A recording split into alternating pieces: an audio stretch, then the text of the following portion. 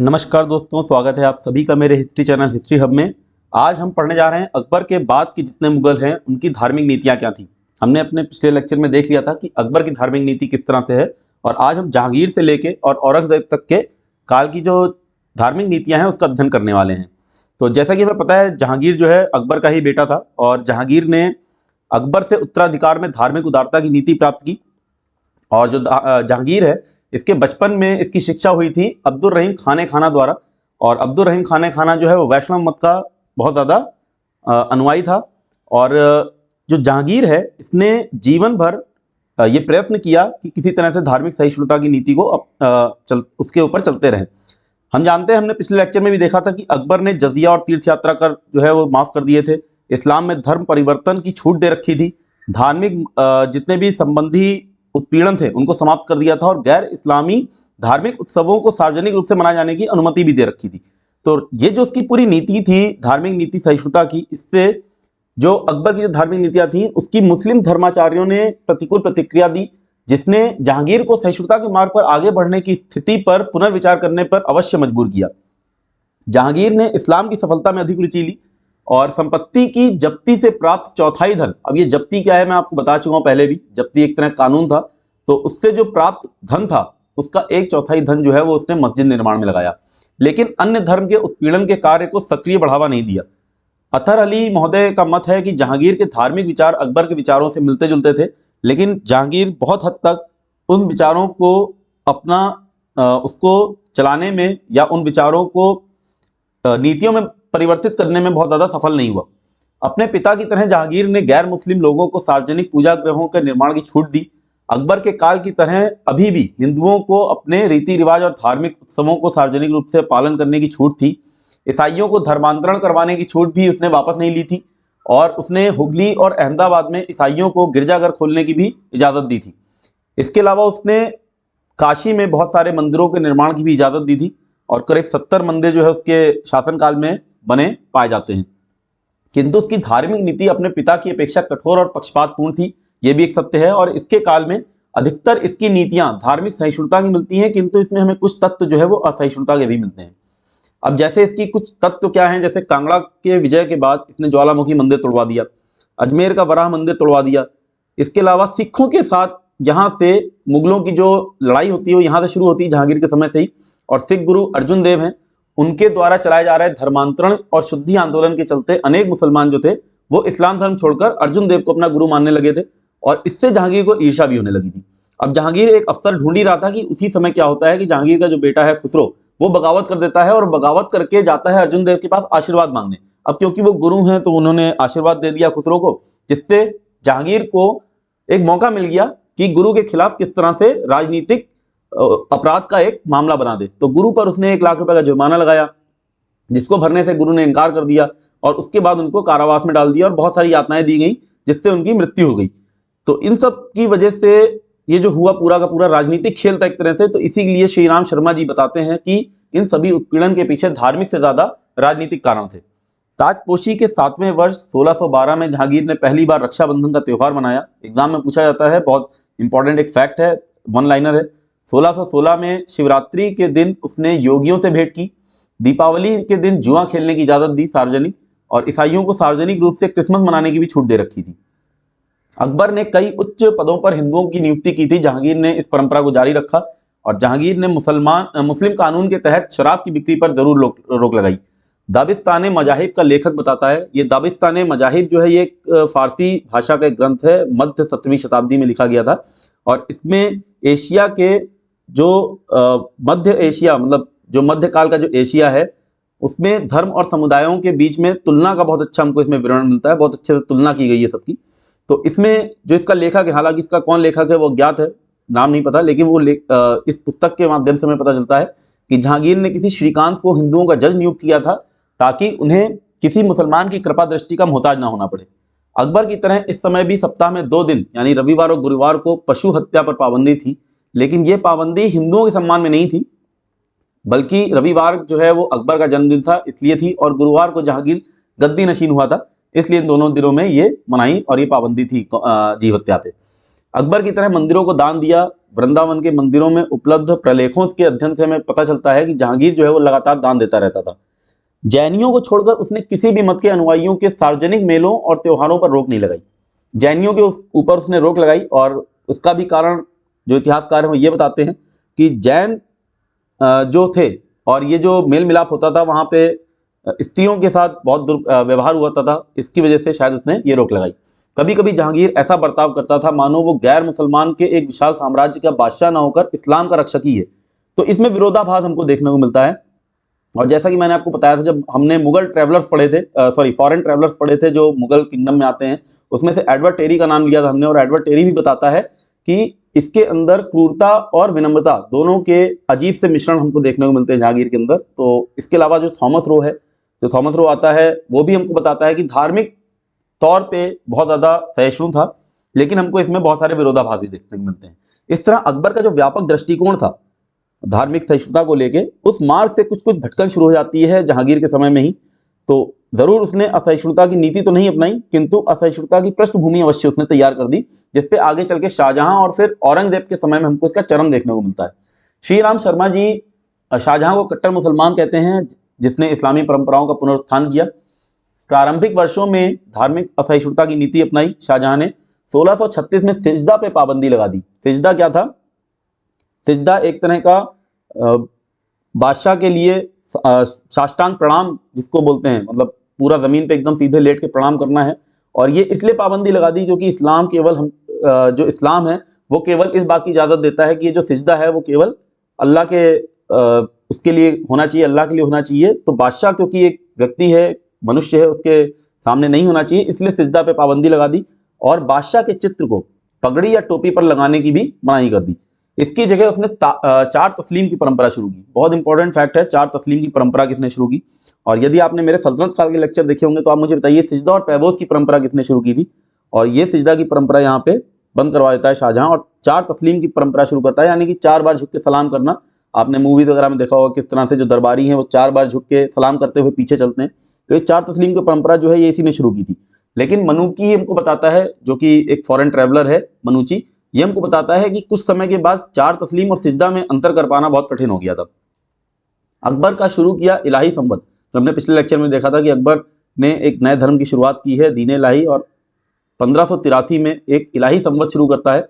तो ये इलाही संवत शाहजहां ने बंद करवा दिया और इसकी जगह पे हिजरी संवत को फिर से शुरू कर दिया गया। हिजरी संवत मतलब जो इस्लाम के अंतर्गत जो संवत है उसको फिर से शुरू कर दिया। हिंदुओं को मुस्लिम दास दासी खरीदने, मुस्लिमों के वेश में रहने और मुस्लिम स्त्रियों से विवाह करने पर भी रोक लगा दी।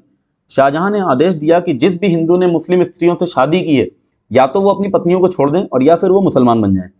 1633 में अपने पूरे साम्राज्य में नवनिर्मित मंदिरों को ध्वस्त करने का आदेश दिया, लेकिन ये आदेश पूरी तरह से लागू नहीं किया, और खास करके पूरे साम्राज्य में तो लागू नहीं हुआ, लेकिन हाँ ज़रूर जो राजधानी के आसपास का क्षेत्र है वहाँ पे लागू हुआ। जैसे कश्मीर और ओरछा के कई सारे मंदिर तोड़े गए, काशी में बहुत सारे मंदिरों को ध्वस्त किया गया, नए मंदिरों के निर्माण और पुरानों के जीर्णोद्धार पर भी इसने रोक लगा दी। लोगों को मुसलमान बनाने के लिए एक विभाग बनाया। तो यहाँ से प्रश्न बनता है, लोगों को मुसलमान बनाने के लिए अलग से विभाग की स्थापना किसने की? तो शाहजहां है। औरंगजेब आपके दिमाग में जरूर आ सकता है, लेकिन औरंगजेब इसका आंसर नहीं होगा। तो इसलिए ये जो क्वेश्चन है थोड़े कंफ्यूजिंग होते हैं, इसीलिए मैंने ये सब फैक्ट्स यहाँ पे डाल दिए हैं। एक कानून बनाया उसने कि यदि किसी हिंदू का बेटा मुसलमान बन जाए तो उसको पैतृक संपत्ति जो उसकी है, जो उसका हिस्सा है पैतृक संपत्ति में, उसको उसी समय दे दिया जाए। और इसने बहुत सारा धन जो है प्रतिवर्ष मक्का भेजा। इस प्रकार शाहजहां की जो धार्मिक नीति है वो अकबर और जहांगीर की नीतियों से बहुत ज़्यादा परिवर्तन हमको यहाँ पे देखने को मिलता है। किंतु इस नीति का प्रभाव जो है वो प्रभाव क्षेत्र है वो सीमित ही रहा, अधिकतर राजधानी के आसपास ही था। जैसे कि मैंने आपको पहले बताया, मंदिरों की जो तोड़फोड़ हुई वो राजधानी के आसपास ज़्यादा हुई, ओरछा वगैरह या काशी में। और कहा जाता है कि शाहजहां ने धार्मिक अत्याचार की नीति का पालन स्थायी रूप से नहीं किया। उसने जजिया दोबारा नहीं लगाया। ये उसकी कहीं ना कहीं थोड़ी बहुत धार्मिक सहिष्णुता अभी भी बाकी थी, जहांगीर के काल तक जो चली आ रही थी वो थोड़ी बहुत शायद बाकी थी, लेकिन यहाँ पे धार्मिक असहिष्णुता की जो नीति है वो बहुत ज़्यादा व्यापक रूप से हमको देखने को मिलनी शुरू हो जाती है। हालांकि उसकी धार्मिक सहिष्णुता ये थी कि उसने जजिया दोबारा नहीं लगाया, उसने तीर्थ यात्रा कर भी दोबारा नहीं लगाया। हालांकि वो लगाना चाहता था तीर्थ यात्रा कर, लेकिन पंडित कवींद्राचार्य जो थे उनके कहने पर उसने इस विचार को त्याग दिया। हिंदुओं को ऊंचे पदों से नहीं हटाया। राजा जसवंत सिंह जैसे कि हम देखते हैं 6,000 का मनसबदार बनाया गया था उनको शाहजहां के समय।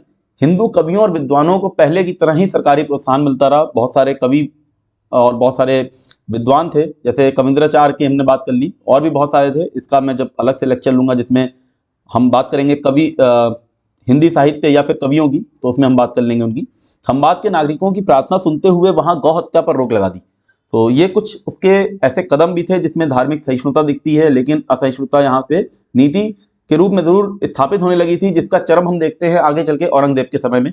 लेकिन औरंगजेब पे जाने से पहले एक छोटी सी डिबेट है, उसको मैं यहाँ पे कवर कर लेता हूँ। जैसे औरंगजेब का जो उत्तराधिकार हुआ, जो लड़ाई हुई अपने भाइयों से, दारा शिकोह, शुजा और मुराद से, तो कुछ इतिहासकारों का ऐसा मानना है कि जो उत्तराधिकार की लड़ाई थी उसमें धर्म की बहुत बड़ी भूमिका थी।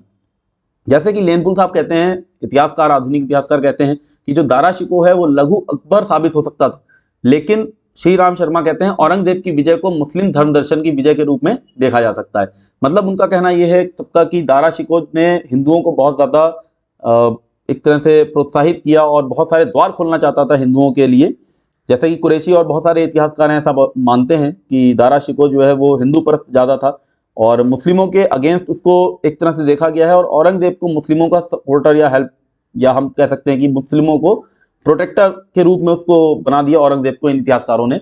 और इन्होंने बोला कि जो युद्ध हुआ ये केवल धर्म की वजह से हुआ, क्योंकि दारा शिकोह हिंदुओं को बहुत ज़्यादा सारे द्वार खोल देना चाहता था, और औरंगजेब ने इसीलिए मुसलमानों को एकजुट करके धर्म के लिए युद्ध किया, गद्दी के लिए युद्ध नहीं किया। इन लोगों का ऐसा मानना है। तो ये लोग कहते हैं कि धार्मिक सहिष्णुता और मुस्लिम धर्मांधता के बीच में ये युद्ध था, जबकि ये सारे जो प्रमाण हैं हमको इनके कहीं पे ऐसे कुछ प्रमाण नहीं मिलते देखने को। और ये जो पूरी बातें हैं कि धर्म युद्ध था और गद्दी के लिए नहीं था, ये एकदम गलत बात है, क्योंकि इस बात के कोई प्रमाण नहीं मिलते कि उत्तराधिकार की लड़ाई वस्तुतः दो धार्मिक मतों के बीच की लड़ाई थी।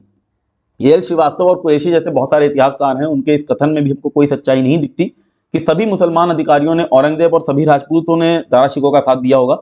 और औरंगजेब बहुत बड़ी संख्या में राजपूतों का सहयोग प्राप्त करने में सफल भी हुआ था इस उत्तराधिकार के लड़ाई में, और जब हम ये पॉलिटिकल हिस्ट्री पढ़ेंगे तो इसको भी देख लेंगे।